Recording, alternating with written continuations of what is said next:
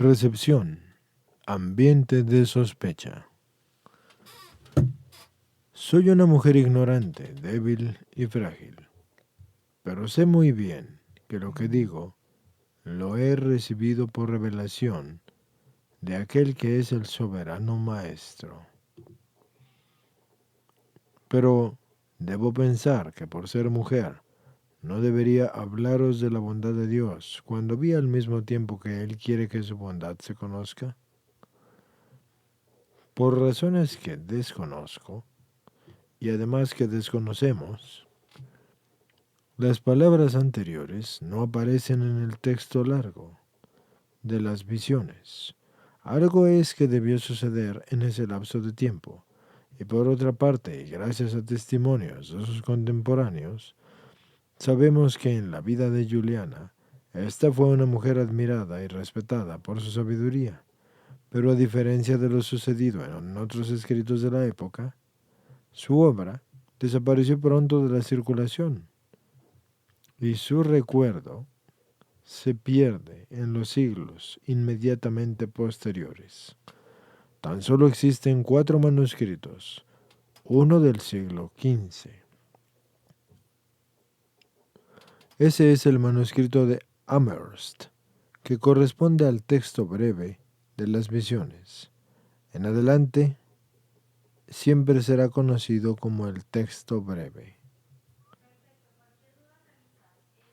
Los otros, que son 3 y son más tardíos, corresponden a los siglos XVII y XVIII. El manuscrito de París y manuscritos de Londres, Sloane 2499 y Sloane 3705, que recogen el texto largo de las visiones. La primera edición de la obra, probablemente basada en el manuscrito de París, está fechada en 1670 y se debe al benedictino Serenus Creasy, que la conoció gracias a las monjas benedictinas de Cambrai, establecidas en París, tras el decreto de disolución de los monasterios dictado por Enrique VIII, de las que fue capellán. A su vez, éstas habrían copiado el texto a instancias de su anterior capellán, el benedictino inglés Agustín Baker. Por otra parte, de los 2 manuscritos Sloane, el segundo fue copiado del primero en ese mismo monasterio, como también la selección que aparece en el manuscrito de Of Holland. Y una vez más, monjas y monasterios se rebelan, porque son un albergue de tesoros. La escasez de copias y referencias nos deja de provocar extrañeza, mas tal vez se pueda hacer algo de la luz. Si tienen en cuenta las circunstancias del momento, los indicios que aparecen en la obra, y no en el último lugar, porque la obra en sí misma no debe estar en último lugar. Para algunos, ya durante su vida o inmediatamente después de su muerte, hubo que ocultar el texto o bien fue directamente prohibido.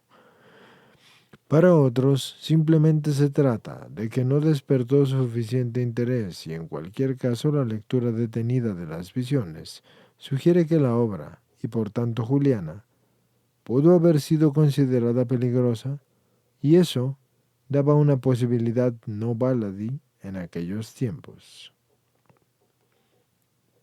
La Iglesia estaba respondiendo con gran dureza a los desafíos que representan a Wycliffe y a los Lollardos y a la represión, y fue especialmente brutal en contra de la postura oficial, porque cierto es que existía ya alguna traducción de uso muy limitado, pero no parece que la jerarquía eclesiástica estuviera interesada en su difusión, sino que más bien al contrario, como pronto demostró, estaba armada de prohibiciones. El análisis minucioso del texto de Juliana revela su familiaridad con la escritura, especialmente el Evangelio de Juan y las cartas de Pablo. Son textos privilegiados en las traducciones lollardas, así como el uso de los términos querido y a estos. Esos términos los utilizaba Margaret Dinsley and the History of the Medieval Church. Desde las páginas 590 a la 1500. London, 1925.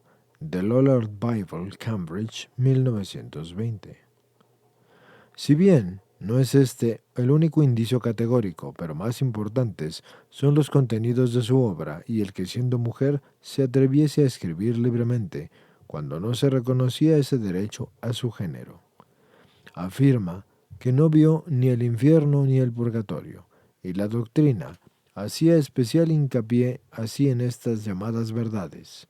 Así que se inscribe en una clara doctrina de la predestinación, pero a diferencia de San Agustín y de la doctrina oficial, su experiencia la lleva a afirmar una predestinación positiva, un final feliz para todos los seres, pues nuestro Padre no puede y no quiere atribuirnos más culpa que a su amado Hijo. En la humanidad que será salvada está todo, incluido la creación y el creador de todo. Como lo repite constantemente, además, su distinción entre el juicio superior de Dios y el juicio inferior de la Iglesia recuerda lo establecido por Wycliffe entre la divisible Iglesia que se puede ver y la que no se puede ver. Y no anda lejos de la iglesia pequeña y de la iglesia grande, de las que va a hablar Margarita Porete, que fue quemada en la hoguera. Como mención aparte, merece su gran construcción teológica la parábola del Señor y el servidor, donde Juliana establece la ecuación Cristo igual a Adán, igual a la humanidad, y de alguna manera condensa su pensamiento.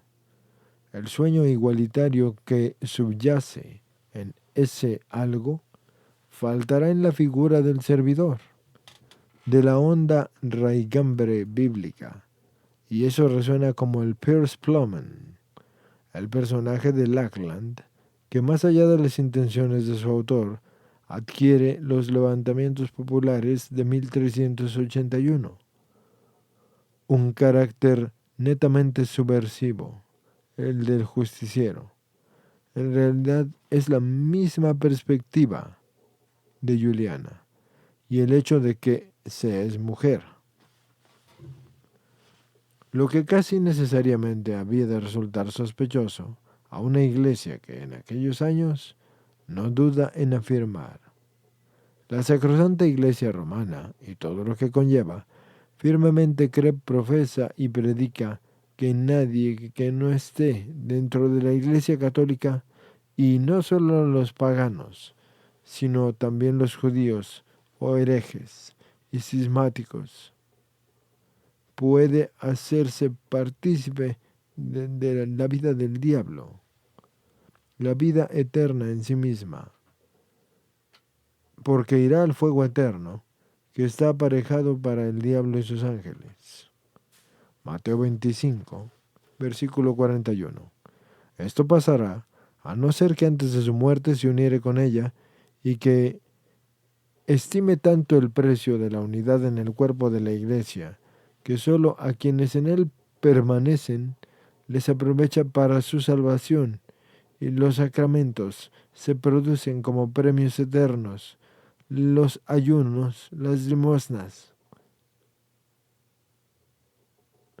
Y además, edificios de propiedad. Y también deben tener oficios de propiedad y hacer ejercicios de milicia cristiana. Que nadie, por más limosnas que hiciera, aun cuando derramare su sangre por el nombre de Cristo, puede salvarse, si no permaneciera en el seno y la unidad de la Iglesia Católica. El subrayado es mío. Concilio de Florencia, 1438-1445. Dando la vuelta al mensaje de Jesús, contradiciendo incluso el mismo pasaje de la cita de la Iglesia que se exige en la instancia suprema. La cosa viene desde antiguo. Ya San Agustín contra Pelagio expresó ideas semejantes. Si un infiel viste a los que están desnudos, etc., y actúa mal, aunque la obra sea una obra buena, los frutos de un árbol malo con malos frutos alimenta. Así que debe verse el respecto de Simón Weil. Concilio de Florencia de 1438 a 1445. Dando la vuelta al mensaje de Jesús y contradiciendo incluso el mismo pasaje que cita la Iglesia, se erige una instancia suprema. La cosa viene de antiguo, porque ya San Agustín contra Pelagio expresó ideas semejantes. Si un infiel viste a los que están desnudos, etc., actúa mal aunque la obra sea buena, pues los frutos de un árbol malo son malos. Véase al respecto de lo que dicen los pasajes evangélicos en Mateo 25, 36, y del 36 al 46, y 7, y del 15 al 20. Todos estos versículos que parafrasea Agustín, contradiciéndolos así Simón Weil, y comentando las palabras de Agustín, escribe: esto es directamente contrario a Cristo, que dijo: conoceréis el árbol por los frutos, y no los frutos por el árbol. Es por el contrario completamente semejante a la actitud de los fariseos hacia Cristo. Es la idolatría social y todo lo que conlleva. Directamente es contraria a la historia del samaritano, es decir, que nos referimos a los herejes de la época. Es el totalitarismo. Esto es tratado por Simón Weil, el conocimiento sobrenatural. Así se llama ese escrito. Es de la traducción de San Agustín, López y María Tabullo, y de la editorial Trotá, Madrid, 2003. Así pues, dando la vuelta al mensaje de Jesús y contradiciendo incluso el mismo pasaje que cita la Iglesia, que se erige en instancias supremas por encima del Evangelio, no es extraño, por tanto, que el copista del manuscrito de Sloan, 2499, advierta a los lectores para que no malinterpreten el texto según la actitud de los herejes. La misma Juliana parece consciente de la amenaza que se cierne sobre ella, y aún así defiende su derecho a hablar, y habla con autoridad, como muestran los repetidos yo vi, porque estos jalonean el texto. Ella insistirá en que es iletrada y que es hija de la Iglesia, especialmente tras alguna afirmación que sea arriesgada. Pero sí conviene recordar que desde su celda podían verse las llamas en las que muchos lolardos ardieron gracias al celo eclesial. Así que parece evidente que el hecho de ser mujer y de atreverse a pensar y a escribir en libertad contestando la enseñanza recibida y dominante no fue una tarea fácil. Frente a la lógica de la dominación, cuando las hogueras se encienden. Y eso no es una metáfora, porque se hizo necesaria y se hace necesaria una estrategia. Y Juliana entonces deberá desplegar toda su inteligencia, toda su sensibilidad. Aún así, tenaz insistirá una y otra vez, y cada vez con mayor dominio de sí, incluso en sus excesos, y su lenguaje es sereno, y su objetivo es inmenso, y su teología es una teología del amor llevada hasta sus últimas consecuencias.